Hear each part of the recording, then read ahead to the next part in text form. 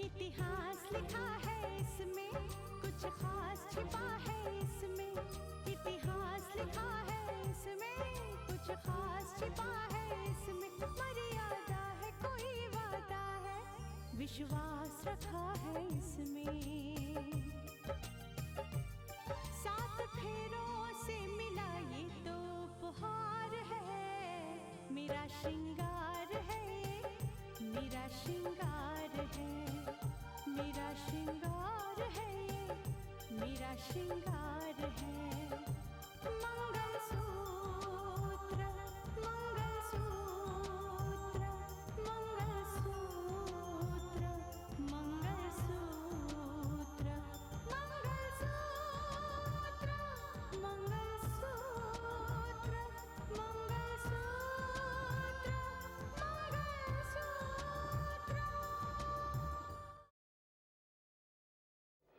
मैं आपके साथ हूं और रितिका को बर्बाद करने में मैं आपकी पूरी मदद करूंगा।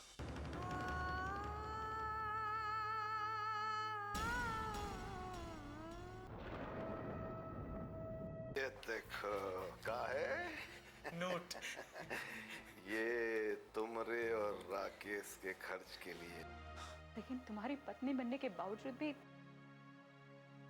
मैं तुम्हें वो पत्नी का सुख नहीं दे पाई।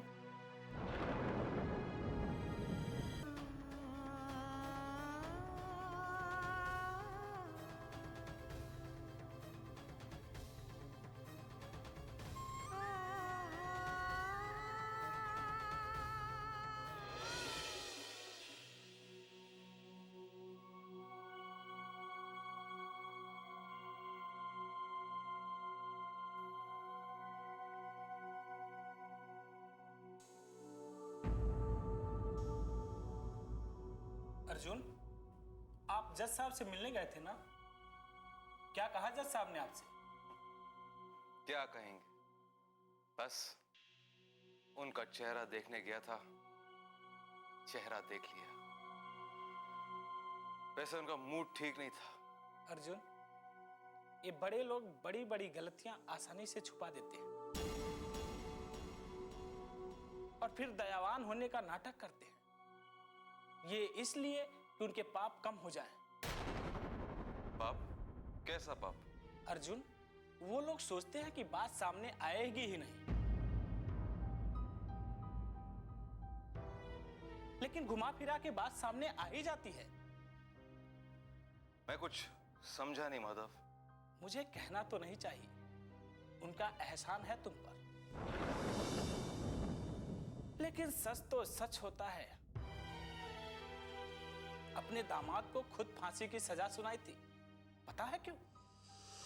क्यों? क्योंकि उनकी बेटी मानस से प्यार करती थी।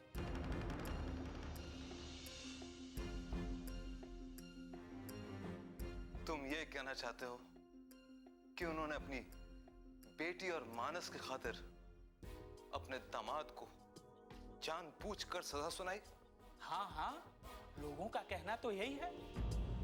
देखो माधव, उन्होंने जिसके साथ जो कुछ भी किया हो, लेकिन उन्होंने हमारे साथ बड़ी नेकी का काम किया है। हाँ, मैं वही तो कह रहा हूं, नेकी भी कभी कभी पाप ढकने के लिए की जाती है।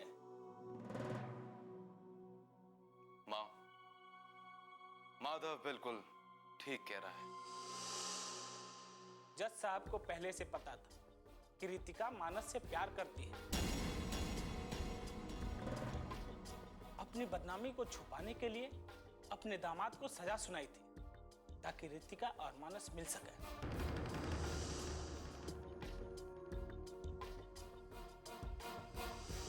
नहीं माधव, ऐसा नहीं हो सकता। ऐसा ही हुआ है चाची, वरना जज साहब चाहते तो अपने दामाद को रिहा कर सकते थे। उनके बेटी के प्यार के बीच में राकेश पीस के रह गया।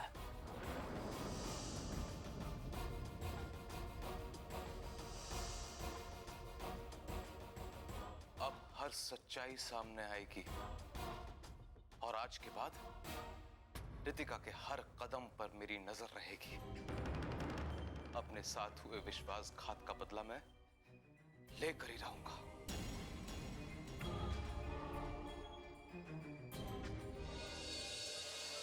वाह, कितना अच्छा मौसम है ना? अच्छा मानस, मैं तुमसे एक बात करना चाहती हूँ। तुम ना ऑफिस के लिए जल्दी निकल जाया करो। मैं घर के काम काज करके फिर चली जाऊंगी ना ऑफिस। मेरी वजह से तुम्हें भी देर हो जाती है। रितिका, मैं तुम्हारे लिए वेट करता हूँ, इसलिए तुम ऑफिस जा भी पाती हो, वरना घर में इतने काम है ना, तुम इन कामों में उलझ के रह जाती। अच्छा ठीक है, तुम्हारी बात मान लेती हूँ, मैं तुम्हारे साथ चलूंगी, ठीक है? रितिका, जिंदगी जीने का एक तरीका होता है और जिस पे जितनी जिम्मेदारियां हो ना, उसको उतने ही ये तरीकों को अपनाना पड़ता है। Try to understand what I am saying Ritika, please. तुम्हारे कहने का क्या मतलब है? मैं जिम्मेदारियां ठीक से नहीं निभाती हूँ? नहीं, मैं ये कहना चाहता हूँ कि ना तुम मेरी बात मान रहे हो ना ही मान। देखो, घर के काम काज के लिए नौकर रखे जा सकते हैं, फिर तुम ये काम खुद क्यों करना चाहती हो? क्या जिद है? अपनी दिल की तसल्ली के लिए। नहीं, गलत कह रही हो तुम। माँ की जिद के लिए, माँ को खुश करने के लिए तुम सब कर रही हो। लेकिन लेट मी टेल यू, ये सब चलेगा नहीं रितिका। तुम दोनों जिम्मेदारियां निभा नहीं पाओगी। अरे बाबा, तुम परेशान क्यों होते हो? मैं कर लूंगी ना। मैं अरे ये फिर से नाराज हो गए। मानस रुको।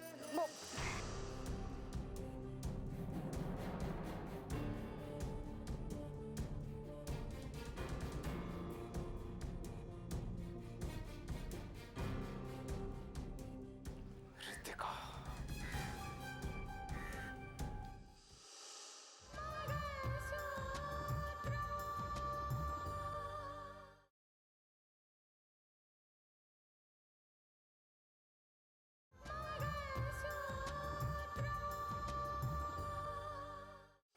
मानस मानस रुको ना। अच्छा, आई एम सॉरी। रितिका, बात सॉरी की नहीं है, तुम्हें माँ से साफ साफ कह देना चाहिए घर के कामकाज तुमसे नहीं होंगे, बस। अच्छा बाबा, अब इस बात को यही खत्म करो ना। मैंने कहा ना आई एम सॉरी। जिम्मेदारियां मेरी है और परेशान तुम हो रहे हो। क्या बात है? परेशान क्यों नहीं होगा? तुमसे प्यार नहीं करता हूँ मैं? सच्ची? Come, I'll drop you. Okay.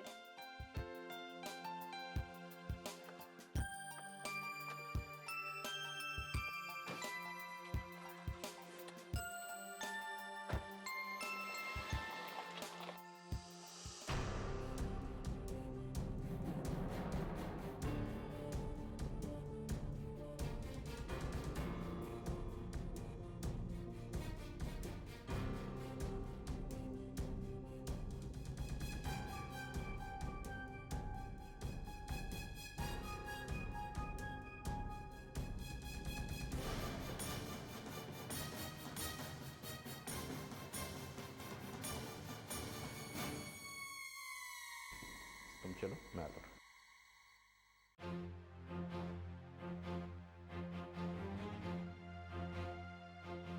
माजरा क्या है? इतनी खामोशी?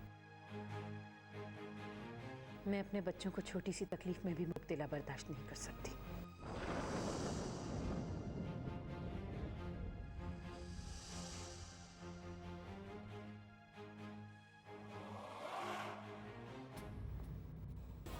मुझे इनकी फिक्र होने लगी है।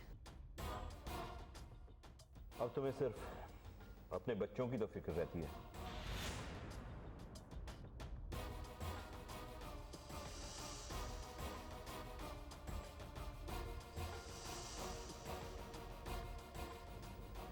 खाविंद की नहीं। खाविंद की फिक्र करने वाली आ तो गई, और फिर आपका क्या है? फिर कोई तीसरी कर लेंगे।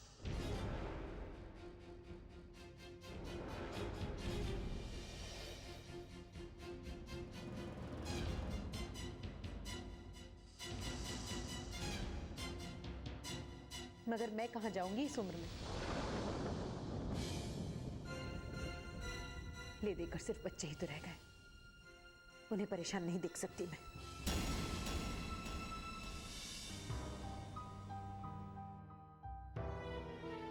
बेगम, तुम समझदार हो और इस बात को अच्छी तरह समझती हो कि जिस घर में छोटी छोटी बातों को लेकर खलिश और इख्तलाफ पैदा हो, उस घर से अमन चैन हमेशा हमेशा के लिए खत्म हो जाता है और उस घर के लोगों की परेशानियों में दिन ब दिन इजाफा होने लगता है। खलिश और इख्तिलाफ का जिम्मेदार कौन है? मैं या आप? आप बाजार की गलाजत को इस घर में लेकर आए।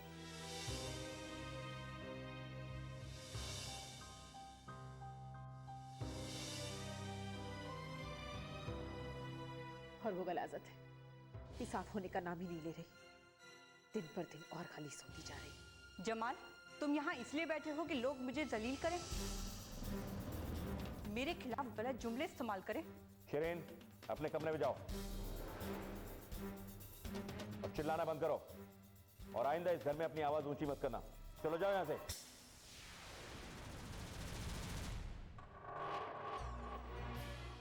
ये औरत एक दिन इस घर के माहौल को ही बाजारू बना देगी। आयशा, खामोश, बहुत हो गया। अगर तुम शरीफ जादी हो तो अपने शौहर की परेशानियों का ख्याल करो। उसकी परेशानियों को बढ़ाओ मत, उसमें इजाफा मत करो। और तुम दोनों भी, हाँ, मैं तुम लोगों से कह रहा हूं, अपने अंदर सलीका पैदा करो। मैंने अगर तुम दोनों को आजादी दे रखी है ना, तो इसका मतलब ये नहीं कि मनमानी करते रहो। हद हो गई।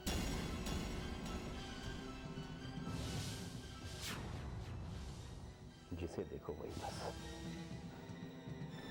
उफ, आए।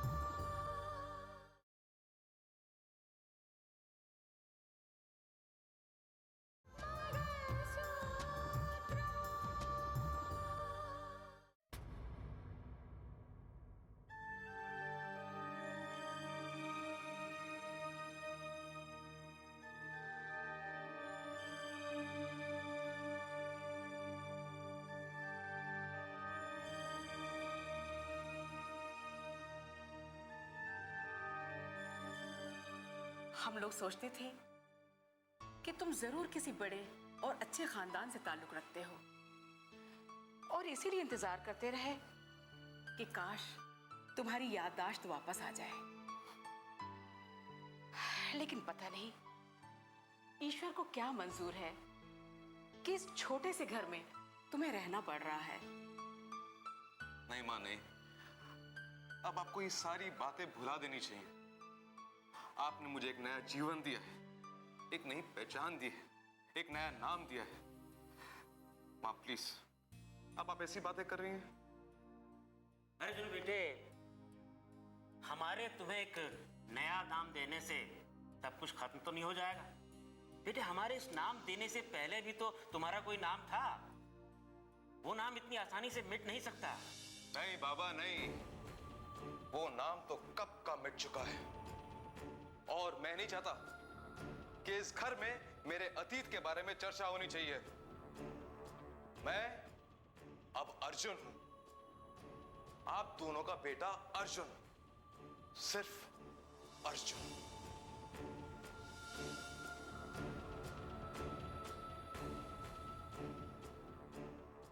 वो तो ठीक है बेटा, लेकिन ये भी तो सोचो हम यहाँ कैसे और कब तक रह पाएंगे, और तुम यहाँ रहकर करोगे क्या काम? अरे चाची जी, सब बंदोबस्त हो जाएगा। जैसे घर का और खाने का बंदोबस्त हो गया, वैसे अर्जुन के काम का भी बंदोबस्त हो जाएगा। और देखिएगा, अर्जुन एक दिन बहुत बड़ा काम करेगा। क्या मुझे करना है वो मैंने सोच लिया है। एक बहुत बड़ा कर्ज है मुझ पर, और वो कर्ज मैं यहां रहकर ही पूरा करूंगा। यहां रहकर।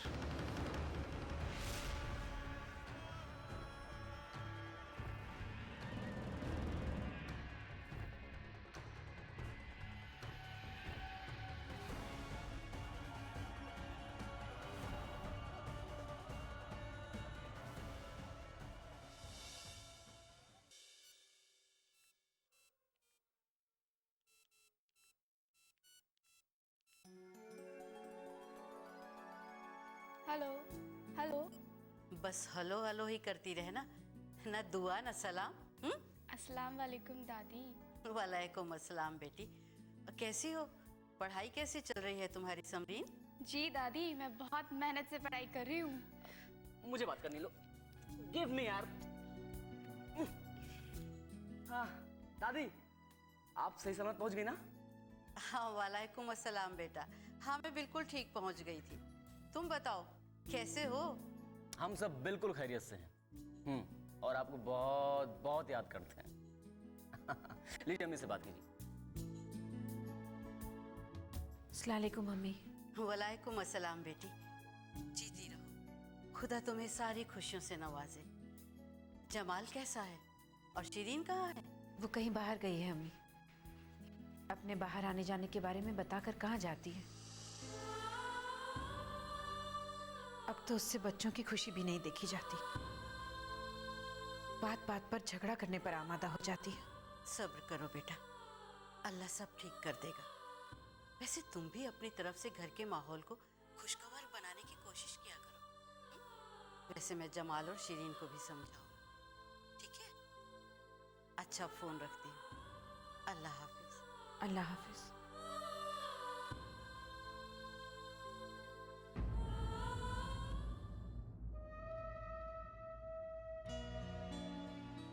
साक्षी को ये नहीं लगना चाहिए कि हम उसे सुनाकर बात कर रहे हैं।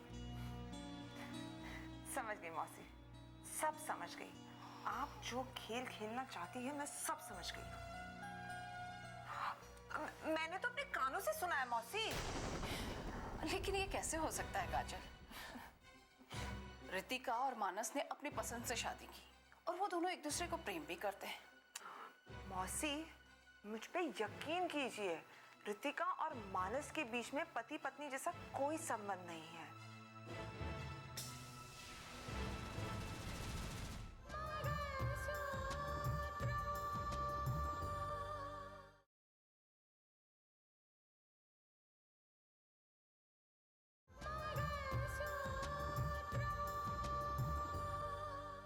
रितिका और मानस के बीच में पति पत्नी जैसा कोई संबंध नहीं है।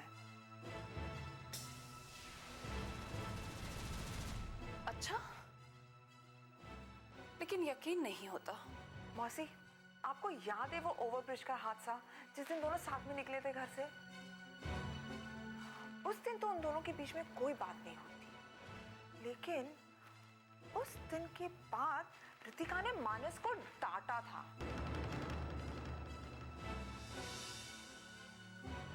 शायद इसीलिए मानस ने रितिका को अब तक छुआ तक नहीं।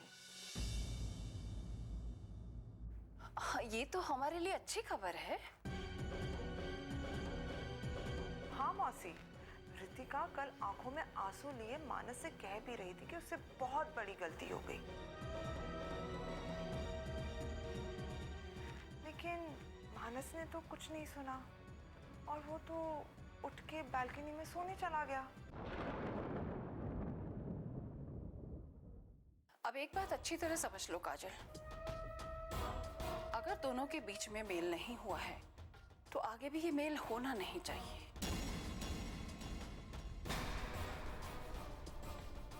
और रितिका के घर वालों तक तो ये खबर गलती से भी पहुंचनी नहीं चाहिए। इस बात का तुम ख्याल रखना और तुम्हारे मुंह से ये राज तो बिल्कुल किसी के सामने जाहिर नहीं होना चाहिए। हाँ ठीक है मौसी।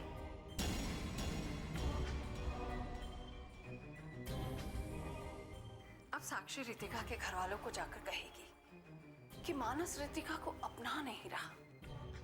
बस यही तो मैं चाहती थी कि वो आकर मेरे सामने सवाल उठाए।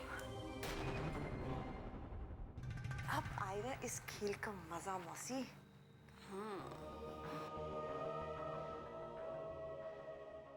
समझ में नहीं आता कि कैसे समझाऊं उसे। रितिका अभी तक अपनी जिद पे कायम है कि वो राकेश के मामले को फिर से खुलवाएगी, सच्चाई जो है वो सामने लाएगी। अरे कैसी सच्चाई? लेकिन भाई जी यही तो मकसद था रितिका का पहले से। अरे ये इतना आसान नहीं है स्नेहा। वो वीडियो में तुम सबको दिखा चुका हूं। सारे सबूत चीख चीख कर कहते कि राकेश गुनहगार था। रितिका कुछ भी कर लेना, कुछ नहीं कर पाएगी वो। लेकिन रितिका को ये समझाना बहुत मुश्किल है। मैं मानता हूं कि मुश्किल है, लेकिन फिर भी समझाओ उसे। अगर वो राकेश के इस मामले को फिर से उजागर करेगी ना, उसकी आज की जिंदगी है ना, उसकी शादीशुदा जिंदगी, अरे उसमें दरारें पड़ जाएंगी यार। आप बिल्कुल ठीक कह रहे हैं भाई जी। वो रितिका की बुढ़िया सास पहले से ही यही कह रही थी कि उसे बहू ऐसी चाहिए जो पूरी तरह से उसके घर की बहू बन के रह सके। अच्छी तरह से समझ में आ गया है कि उनको कैसी बहू चाहिए। अरे वो बच्चे कलेक्टर की जिम्मेदारी निभाए, घर के सारे काम करे, फिर भी उन्हें नाराजगी ही रहती है।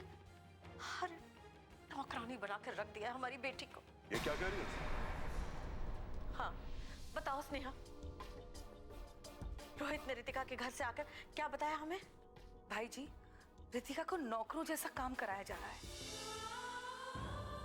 बहुत गलत बर्ताव किया जा रहा है उसके साथ। मैंने रितिका की शादी तो इसलिए करवाई थी कि वो एक नए घर में जाएगी, अपनी जिंदगी की नई शुरुआत करेगी, अपने गुजरे हुए अतीत को भूल पाएगी। भाई जी, आपने अगर ये सोचकर रितिका का रिश्ता तय किया था तो आपने बहुत बड़ी गलती की। ऐसा लगता है कि आप बाप होकर भी रितिका को समझ ना सके, वरना आप ये ना कहते कि रितिका राकेश को बेगुनाह साबित करने का मकसद भूल जाएगी। भाई अब तो शादी हो चुकी है ना, उस बात को नकारा तो नहीं जा सकता।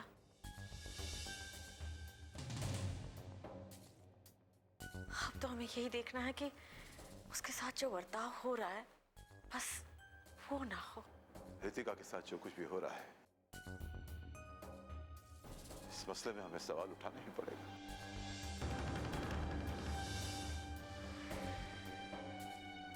रितिका ने कहा था क्या मैं उसके निजी मामले में दखल नहीं देनी चाहिए, लेकिन पानी जो है वो सर से ऊपर हो गया है शारदा। धागे से बंधा इसमें